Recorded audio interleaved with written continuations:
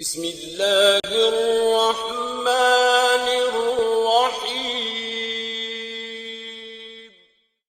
تو اللہ نے کیا فرمایا کہ جب اس کو قتل کر دیا قوم نے، قیل ادخل الجنہ، اللہ نے فرمایا جنت میں داخل ہو جائے۔ یہاں سے بات شروع ہوئی تھی کہ جو مذہب مخالف لوگ ہیں وہ کہتے ہیں پتہ نہیں کس، جسے ہم کہتے ہیں نا احمقوں کی جنت، احمقوں کی جنت میں یہ مولویوں نے لوگوں کو ڈالا ہوا ہے۔ او بھائی قتل ہو گیا، گل سڑ کے بدبو آئے گی، لاش ہوگی، اور ادھر کہہ رہے ہیں یہ جنت کے باغوں میں کیا کر رہا ہے وہی ٹہل رہا ہے۔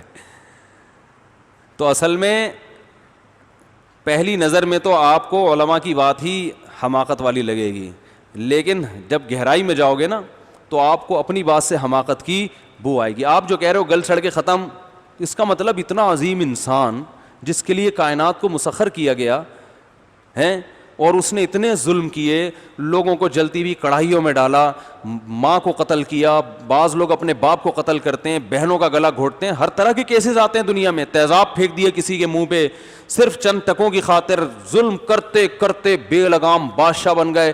دنیا ان کے ظلموں کو بھول جاتی ہے، دنیا کے سامنے ان کے جرائم آتے نہیں ہیں، لوگوں کے سامنے بہت اچھے، اور آپ کہہ رہے ہو کہ جب مرا تو بالکل کیا ہو گیا، ختم۔ تو یہ تو اس سے بڑی دھاندلی تو نیچر نے کبھی کی نہیں ہے۔ تو اس لیے اللہ نے فرمایا کہ یہ مرا نہیں ہے، مر تو گیا مادی اعتبار سے، لیکن یہ ایک جہان سے دوسرے جہان میں شفٹ ہو گیا۔ اب چونکہ انسان کی سمجھ میں بات مثالوں کے بغیر آتی نہیں ہے، تو قرآن مثال سے بات سمجھاتا ہے۔ اللہ یتوفی الانفس حین موتها والتی لم تمت فی منامها، اللہ فرماتے ہیں دیکھو جب تم سوتے ہو اس وقت اللہ تمہاری روح کیا کر لیتا ہے، قبض کر لیتا ہے۔ سوتا ہوا آدمی پتہ نہیں کیا کیا دیکھ رہا ہوتا ہے کہ نہیں ہوتا، لیکن اس کے قریب بیٹھا ہوا آدمی وہ سمجھتا ہے کہ یہ آنکھیں بند کر کے یہاں لیٹا ہوا ہے، لیکن اس پہ جو گزر رہی ہوتی ہے وہ قریب بیٹھے ہوئے آدمی کے کو نہیں پتا ہوتا۔ کتنی دفعہ ایسا ہوتا ہے ہم سو رہے ہیں خراٹے لے کے، ویزا نہیں مل رہا تھا امریکہ کا، آج امریکہ پہنچ گئے، ہوتا ہے نا، پہنچ گئے اور صدر بن گئے وہاں کے۔ آدمی کہتا ہے یار میں نے تو کبھی سوچا بھی نہیں، مکے مار مار کے دیکھ رہا ہوتا ہے میں سو تو نہیں رہا کہیں، ایسا بھی ہوتا ہے، لوگ بتاتے ہیں میں چانٹے مار کے دیکھتا ہوں خواب تو نہیں دیکھ رہا، اتنی گہری نیند ہوتی ہے کہ دو چار چانٹوں سے آنکھ کھلتی نہیں ہے، دوسرا وہ چانٹے بھی تو خواب میں ہی مار رہے ہیں نا بعض کنواروں کی شادی ہو رہی ہوتی ہے، بہت عرصہ ہو گیا، نہ ابا مان رہے تھے نہ امی مان رہی تھی، پیسے بھی نہیں تھے، جہاں جاتے تھے دھکے دے کے لوگ بھگا دیتے، کتے پیچھے چھوڑ دیتے تھے، ابھی تو کتے پیچھے چھوڑنے کی ضرورت ہی نہیں ہے، جہاں جاؤ کتے خود بخود پیچھے لگ جاتے ہیں، اتنے کتے ہو گئے ہیں۔ شادی نہیں ہو رہی تھی، یہ نہیں ہو رہا تھا، وہ نہیں ہو رہا تھا، او بھائی خواب میں بہت کوئی حسن پری تھی، اس سے آپ کی شادی ہو گئی، پیسے بھی آ گئے، 3 پیس سوٹ ٹائی میں آپ دلہن کے کمرے میں جا رہے ہیں، آنکھ کھل گئی، ٹھیک ہے نا، کسی نے آ کے ٹھڈا مارا کہ چل اٹھ، ہے بھائی کدھر پڑا ہوا ہے تو کیسے جذبات ہوتے ہیں انسان کے جس کو ایسا خواب آ رہا ہو۔ تو اللہ فرماتے ہیں جب تم سوتے ہو نا تمہاری روح ہم کیا کر لیتے ہیں، قبض، وہ روح بھٹکتی رہتی ہے، وہ کیا کیا مناظر دیکھتی ہے، حالانکہ جو سوتے ہوئے آدمی اس کے قریب کوئی بیٹھا ہوا ہو اسے بالکل ہوش نہیں ہوتا۔ بعض دفعہ خوشی میں ہوتا ہے انسان، سوتے ہوئے میں آپ بھوکے سو جائیں نا، کھانا سامنے آئے، اتنا مزہ آتا ہے نیند میں خواب میں کھانا کھانے کا، ایسا پھوڑتا ہے طبیعت سے اور لذت محسوس ہوتی ہے، بلکہ خواب کی لذت جاگتی حالت کی لذت سے زیادہ ہے، تبھی تو خواب میں نائٹ فال ہوتا ہے، جاگتی حالت میں نائٹ فال نہیں ہوتا کسی کو، خواب میں ہو جاتا ہے، اور خواب کی میں بھوک کھانے کی جو لذت ہے وہ بھی کئی گنا بڑھ جاتی ہے۔ اسی طرح خواب میں جو تکلیف ہے وہ جاگتی حالت کی تکلیف سے کئی گنا بڑھ جاتی ہے۔ خواب میں جب آدمی ڈرتا ہے تو نارمل حالت میں ایسے نہیں ڈرتا۔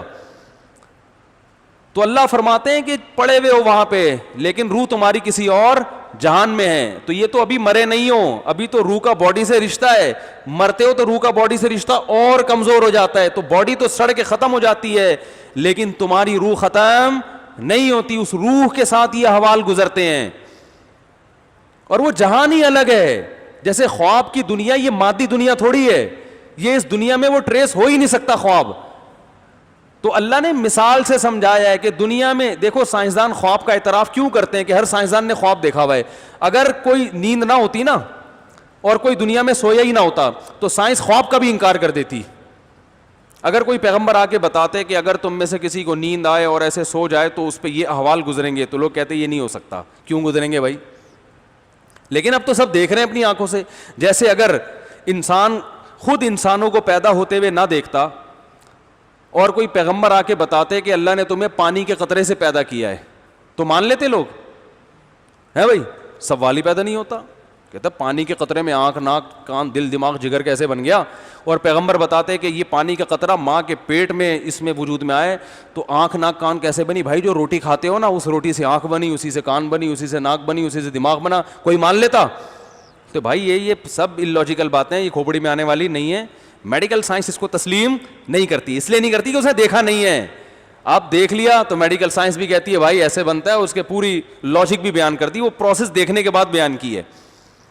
تو جب مریں گے نا اور جب روح پہ احوال آئیں گے تو اس وقت سائنسدان بھی لیبارٹری ٹیسٹ کرنا شروع کریں گے, بولیں گے بھائی ایسا ہوتا ہے اور ہو رہا ہے اور اس کی لاجک یہ ہے. یا لاجک سمجھ میں آئے نہ آئے وہ اللہ کی مرضی.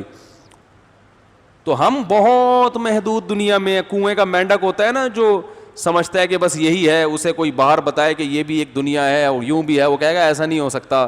وہ اس لیے کہہ رہا ہے کہ وہ بیچارہ چھوٹا دماغ, اس نے کنواں ہی دیکھا ہے, اس کو سمندر کی گہرائیوں کا کیا پتا.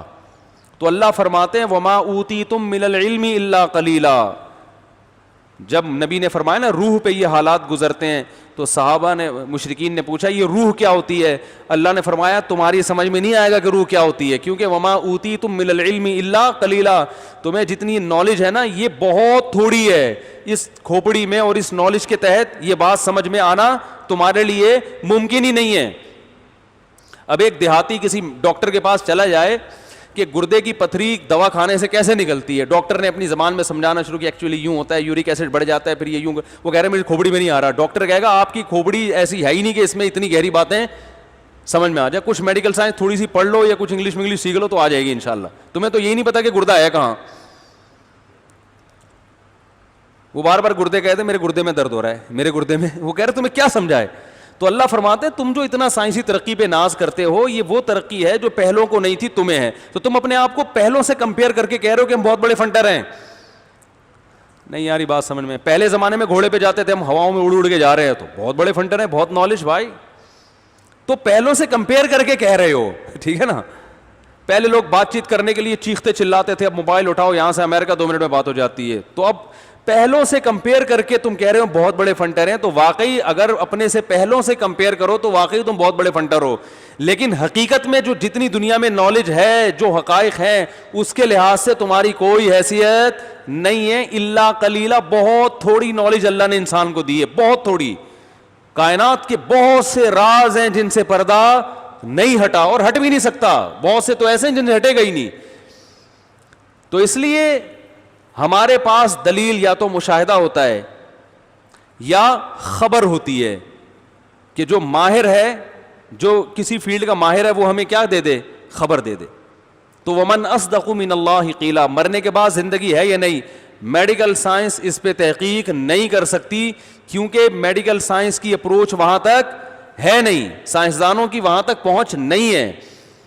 خواب کو نہیں ڈیفائن کر سکے اب تک, دماغ نہیں پڑھ سکے. پتہ ہے آپ کو ISSB میں بعض دفعہ یہ سوال ہوتا ہے انٹرویو میں کہ دماغ کیا ہے. ایک ہمارے ایک دوست تھے, وہ امتحان دینے گئے, ان سے سوال, ISSB میں تو نہیں, وہ کسی اور ادارے میں گئے تھے, ان سے سوال ہوا کہ دماغ کی کیا ڈیفینیشن ہے.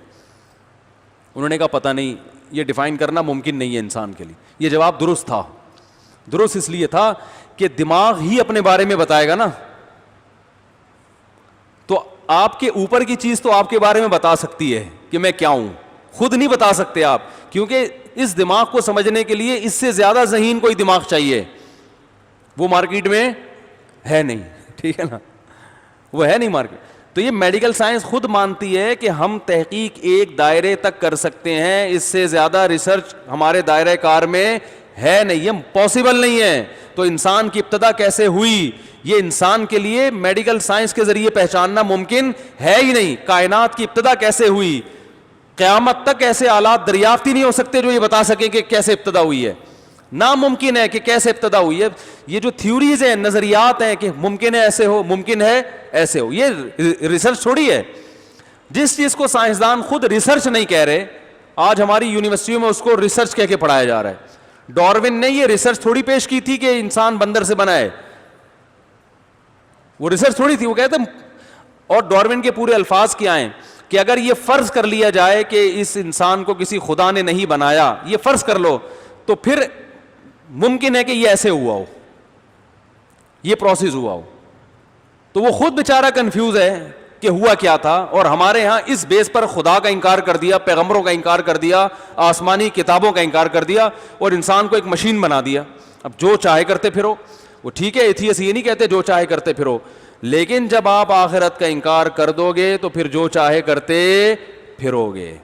کرو گے بھائی آپ, جب حساب و کتاب ہی نہیں ہے تو پھر ابا کو گھر میں رکھ کے ٹینشن, بولو نا بھائی, کیوں پالنی ہے؟ تو ہر وہ چیز جو آپ کے انٹرٹینمنٹ میں رکاوٹ بنے, کباب میں ہڈی بنے, اسے سائڈ پہ لگاؤ. لہٰذا کہتے ہیں بوڑھے ابا اماں نے اپنی زندگی گزار لی, اب ہمیں لائف کو انجوائے کرنا ہے. یہ کھانستے ہیں, ان کے لیے عیدی سینٹر ہے. یہ اماں کھانستی بھی اچھی نہیں لگتی, ان کے لیے کیا ہے؟ عیدی سینٹر. بچی 18 سال کی ہوئی ہے, وہ ابا کو ٹھینگا دکھائے گی, ابا میں اپنے بوائے فرینڈ کے ساتھ جا رہی ہوں. ایکچولی آپ نے اپنی لائف کو انجوائے کیا, تو اب میں اس اسٹائل میں تو نہیں کہہ سکتا, ان کا اسٹائل تو بڑا ہی نرالا ہوتا ہے, تھوڑی سی میں کوشش کرتا ہوں. آپ نے اپنی لائف کو انجوائے کیا, اب آپ کباب میں ہڈی بننے کی کوشش نہ کریں. تو شروع میں وہ کوشش کرتے تھے, غصہ آتا تھا, اب انہوں نے بھی کوشش کرنا چھوڑ دی. بلکہ کہتے ہیں بیٹا آپ 18 سال کی ہو گئے, آپ کو پتہ ہی نہیں, آپ ابھی تک گھر میں بیٹھے بھی ہو. بھائی اب تو دکھا رہے ہوتے ہیں, یہ دیکھو برتھ سرٹیفکیٹ آپ کا 18 کی ہوگی اور آپ یہاں بیٹھے, چلو دفعہ یہاں سے نکلو, یہاں سے. اس کو پتہ ہے باہر اس نے نکلنا تو ہے, تو نکلو پتلی گلی سے, مجھ سے کیوں کھانا مانگ رہی ہو. تو یہ ہو جائے گا تھوڑے دنوں میں, اگر نہیں ہوا تو بہت سارے کو ہو ہی گیا, لیکن اس سے آگے معاملہ جائے گا, بہت تباہی آنے والی ہے بھائی. ابھی یہ صرف ہومو سیکس کو انہوں نے حلال کر دیا, اتنا نہیں ہے, ابھی آگے بھی جائیں گے, یہ اس سے بھی آگے اور برائی معاشرے میں پروموٹ کریں گے. پتہ نہیں کیا کیا ہونے والا ہے, اللہ ہماری حفاظت فرمائے.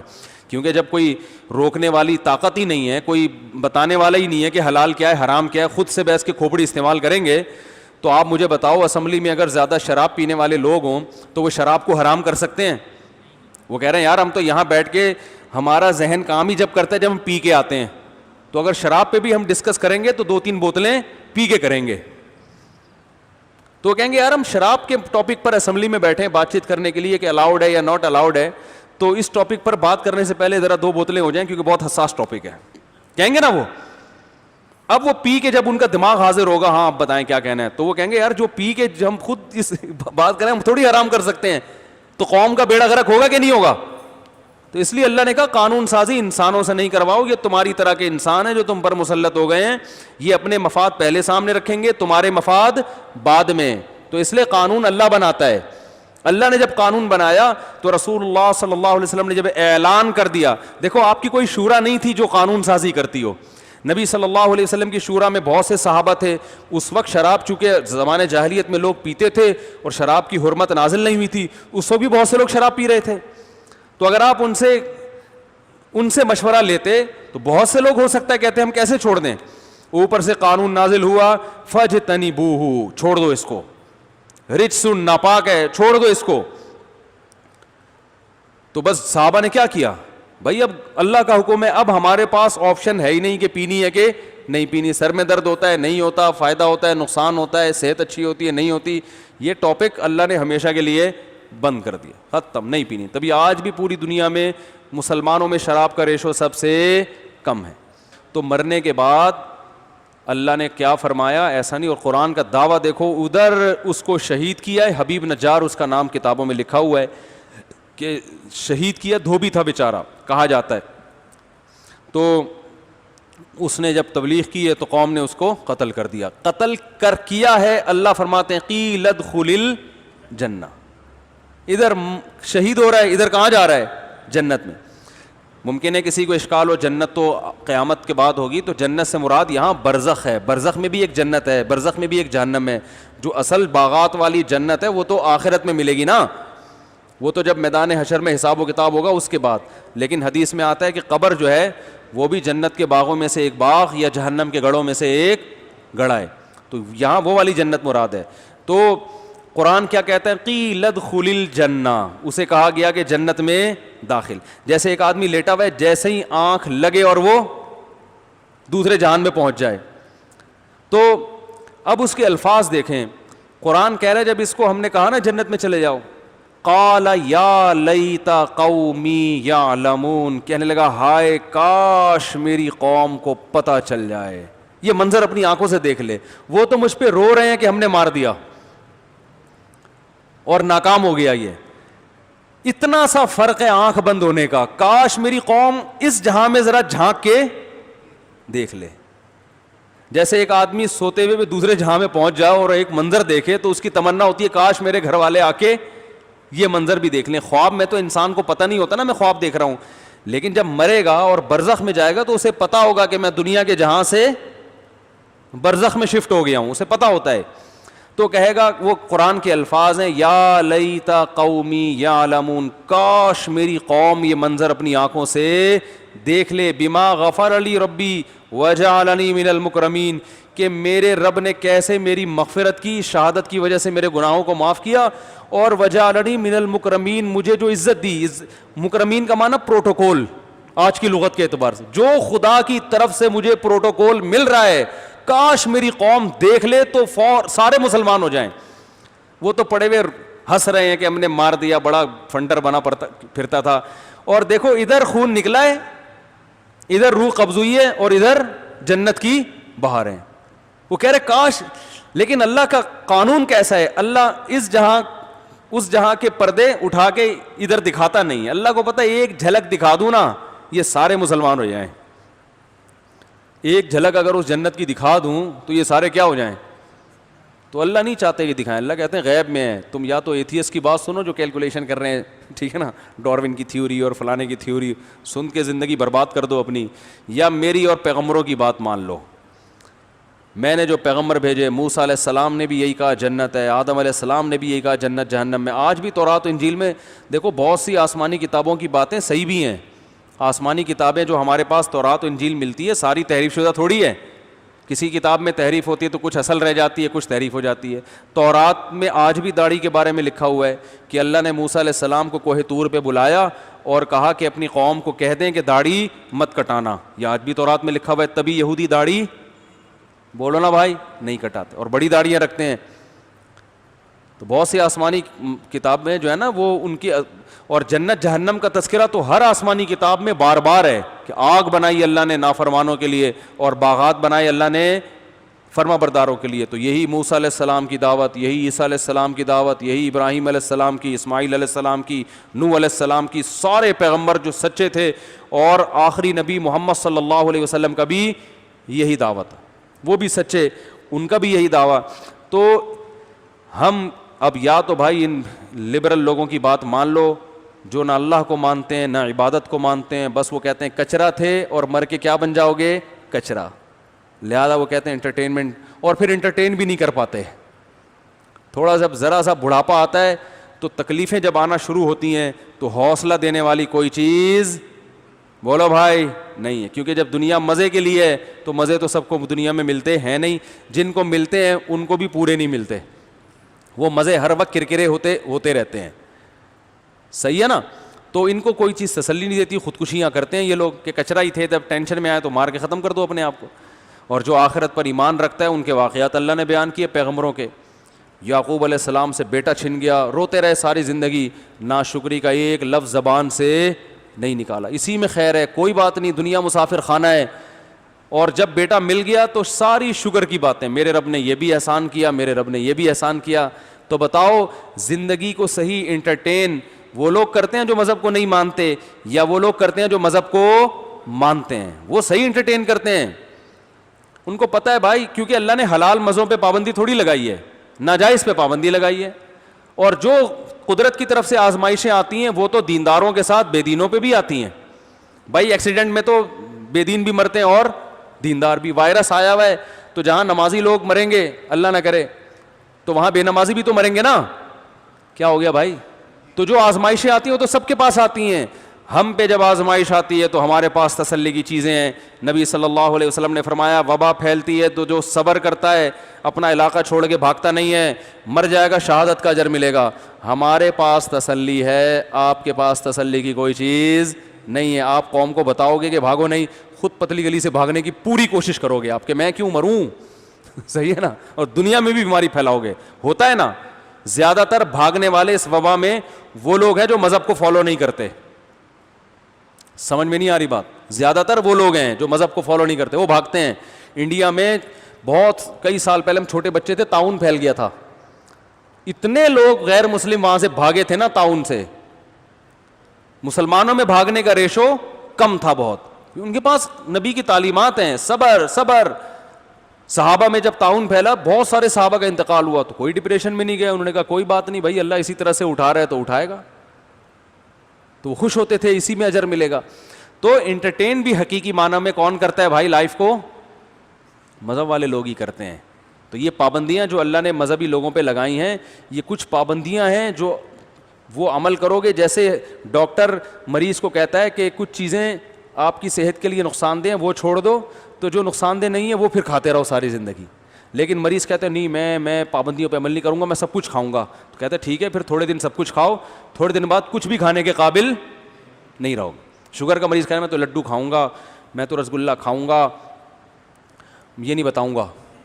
یہ شعر ہے, یہ شعر ہے, یہ ویسی ذہن میں بعض دفعہ آ جاتا ہے.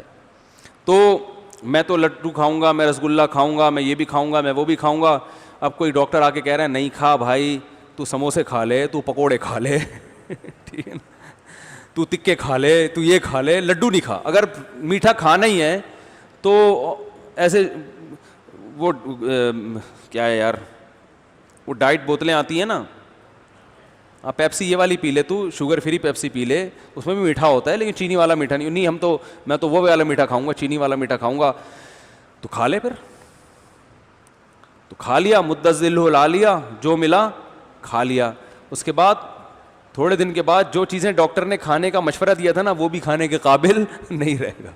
شوگر سے گردوں پہ اٹیک ہوگا, گردے خراب, شوگر سے تو بہت جلدی اٹیک ہوتا ہے گردوں کے اوپر, گردے خراب ہو جائیں گے, بی پی ہائی ہو گیا, گردے کی ایسی کی تیسی, بلڈ پریشر ہو گیا. اب تو ایک بیماری دیکھو 100 بیماریوں کو کھینچ کے لاتی ہے. آنکھوں کا مسئلہ کھڑا ہو جاتا ہے شوگر کے مریض کے ساتھ. ڈاکٹر کہہ رہا تھا کہ بھائی تو ابھی لڈو چھوڑ دے, دیکھ جو چاہ. کہہ رہا نہیں میں تو کھاؤں گا, میں تو پابندیوں پہ عمل نہیں کرتا. تو کھا لیا, اب دیکھنے کے قابل بھی نہیں, آنکھوں کی بینائی جا رہی ہے, ہڈیاں وہ سیدھا ہو رہی ہیں.